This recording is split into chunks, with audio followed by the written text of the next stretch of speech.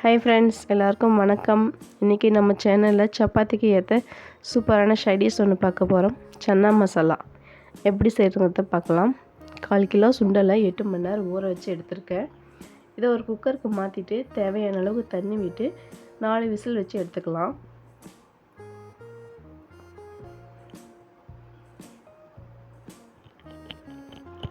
இப்போ இதுக்கு தேவையான பொருள் என்னென்னு பார்த்துடலாம். இஞ்சி பூண்டு பேஸ்ட்டு வேணும். நான் இஞ்சி பூண்டெல்லாம் ரெடி பண்ணி வச்சுருக்கேன். இதை அரைச்சி எடுத்துக்கலாம். பெரிய சைஸ் வெங்காயம் 1 எடுத்துக்கோங்க. நான் சின்னதாக 3 எடுத்திருக்கேன். 2 பெரிய தக்காளி. இன்றைக்கி வந்து நான் MTR chana masala powder use பண்ணி தான் பண்ண போகிறேன். வெங்காயம் கட் பண்ணி எடுத்துருக்கேன். தக்காளியெல்லாம் அரைச்சி எடுத்துருக்கேன். இஞ்சி பூண்டு பேஸ்ட்டு ரெடி பண்ணிட்டேன். இப்போ இதுக்கு வந்துட்டு ஒரு பிரிஞ்சி இலை, ஆரஞ்சாறு, முந்திரி பருப்பு, பட்டை, கிராம்பு இதெல்லாம் கொஞ்சம் கொஞ்சம் எடுத்துக்கலாம். இப்போ வந்துட்டு சுண்டல் நல்லா வெந்துருச்சு பாருங்க. ஓப்பன் பண்ணி பார்க்கலாம்.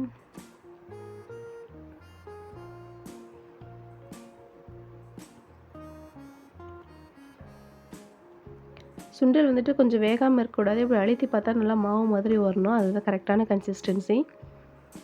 இப்போ சுண்டலை ஆற வச்சுட்டு அதிலிருந்து ஒரு 2-3 கரண்டி கவுண்டிங்கில் 140-50 சுண்டல் எடுத்துக்கலாம். ஒரு மிக்ஸி ஜாரில் போட்டுக்கோங்க. இது எதுக்காக அப்படின்னா குழம்பு வந்துட்டு நமக்கு அதிகமாக கிடைக்கும். இந்த கிரேவி அதுக்காக தான், ஒரு திக்னஸ் கிடைக்கும். இந்த ஸ்டெப்பை கண்டிப்பாக மிஸ் பண்ணாமல் பண்ணுங்கள். இன்னும் டேஸ்டியாக இருக்கும். இது கூட நம்ம எடுத்து வச்சுருக்க முந்திரி பருப்பையும் சேர்த்துடலாம். இப்போ இது எல்லாத்தையும் போட்டு நல்லா நைஸ் பேஸ்ட்டாக அரைச்சி எடுத்துக்கோங்க. அப்போ தான் நமக்கு அந்த கிரேவி வந்துட்டு கொஞ்சம் அதிகமாக கிடைக்கும். பாருங்கள், இது போல் வந்துட்டு நல்லா அரைச்சி எடுத்துக்கலாம். இப்போ தாளிச்சிடலாம். ஒரு பேன் வச்சுட்டு அதில் ஒரு 4-5 ஸ்பூன் எண்ணெய் விட்டுக்கோங்க. எண்ணெய் நல்லா சூடாகட்டும். இது கூட நம்ம எடுத்து வச்சுருக்க அந்த ஸ்பைசஸ் எல்லாம் சேர்த்துருங்க. ஒரு ஏலக்காய், 3 கிராம்பு, ஒரு சின்ன துண்டு பட்டை, ஒரு பிரிஞ்சி இலை இதெல்லாம் போட்டு நல்லா பொரிய விட்டுக்கலாம். இது கூட கட் பண்ணி வச்சுருக்க வெங்காயத்தை சேர்த்துக்கோங்க. வெங்காயம் நல்லா வதங்கட்டும்.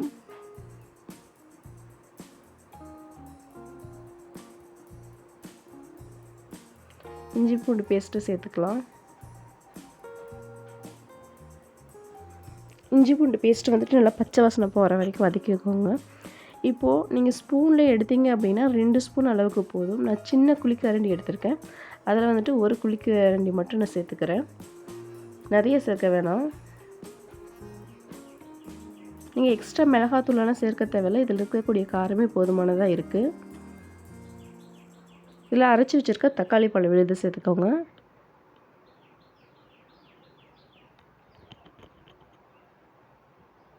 நல்லா மிக்ஸ் பண்ணிக்கோங்க. தண்ணி எதுவும் சேர்க்க வேணாம். இதில் இருக்கக்கூடிய தண்ணியிலேயே அந்த பச்சை வாசனையெல்லாம் போகணும். அந்த பவுடரில் நல்லா மிக்ஸ் ஆகட்டும்.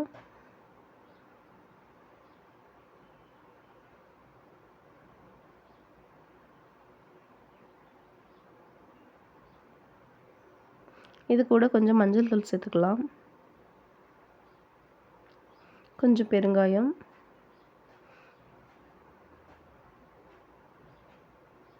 இந்த சன்னா மசாலா வந்துட்டு பிளாக் சுண்டலை செய்கிறத விட இந்த வெள்ளை சுண்டலை செஞ்சால் நல்லா ஒரு டேஸ்ட் கிடைக்கும். இப்போ நம்ம அரைச்சி வச்சுருக்க இந்த பேஸ்ட்டை வந்து சேர்த்துக்கோங்க. சுண்டல் அரைச்சிருக்கோம் இல்லையா, அதை சேர்த்துக்கோங்க. சேர்த்துட்டு நல்லா மிக்ஸ் பண்ணிக்கலாம். மிக்ஸி ஜாரையே அலசி இதிலேயே ஊற்றிக்கலாம். போல் நல்லா மிக்ஸ் பண்ணி விட்டுக்கோங்க. இப்போ பாருங்கள், அந்த கிரேவி வந்துட்டு கொஞ்சம் அதிகமாக இருக்குது. அதே போல் திக்னஸும் இருக்குது. இது கூட கொஞ்சம் தண்ணியை சேர்த்துட்டு, தண்ணி வந்துட்டு நம்ம சுண்டல் வேக வச்சுருக்கோம் இல்லையா, அதனுடைய தண்ணியுமே போதும். நல்ல சுத்தமான தண்ணி தான் வச்சுருப்போம். அதையே சேர்த்துக்கோங்க.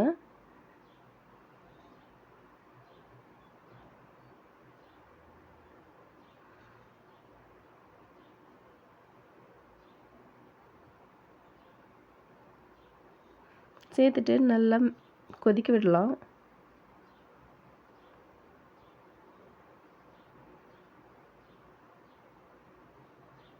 ஹை ஃப்ளேமில் வச்சு நல்லா கொதிச்சிட்ருக்கு. இந்த சமயம் நம்ம எடுத்து வச்சுருக்க சுண்டலையும் சேர்த்துக்கோங்க. இன்னும் கொஞ்சம் லிக்விடாக இருக்குது. இப்போ நம்ம சுண்டலை அரைச்சி போட்டிருக்கிறதுனால சீக்கிரமாகவே திக்னஸ் ஆகிடும். அப்பப்போ அடிப்பிடிக்காமல் இருக்கிறதுக்காக கிண்டி விடுங்க. தேவையான அளவுக்கு உப்பு சேர்த்துக்கலாம்.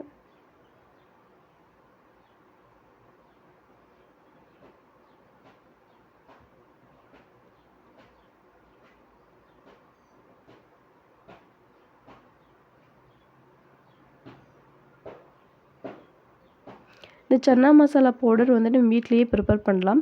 வேணும்னா கமெண்ட் பாக்ஸில் சொல்லுங்கள். நான் வந்துட்டு அதை நெக்ஸ்ட் வீடியோவாக நான் உங்களுக்கு அப்லோட் பண்ணுறேன்.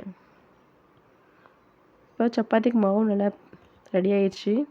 பாருங்கள், கிரேவி வந்துட்டு நல்லா கொதிச்சுட்டு எண்ணெயெல்லாம் பிரிய வருது. இப்போ லைட்டாக அடிப்பிடிக்க ஆரம்பிக்குது. நல்லா மிக்ஸ் பண்ணி விடணும் இந்த ஸ்டேஜில்.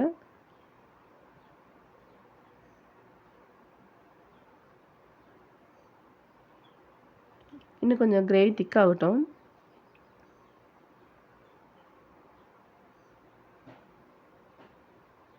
பாருங்கள், நல்லா கொதிச்சிருச்சு. எண்ணெயெல்லாம் நல்லா பிரிஞ்சு வர ஆரம்பிச்சிருச்சு.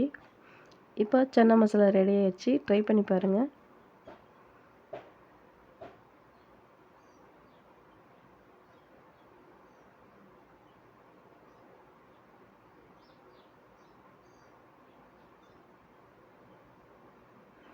இந்த வீடியோ உங்களுக்கு பிடிச்சிருந்தா லைக்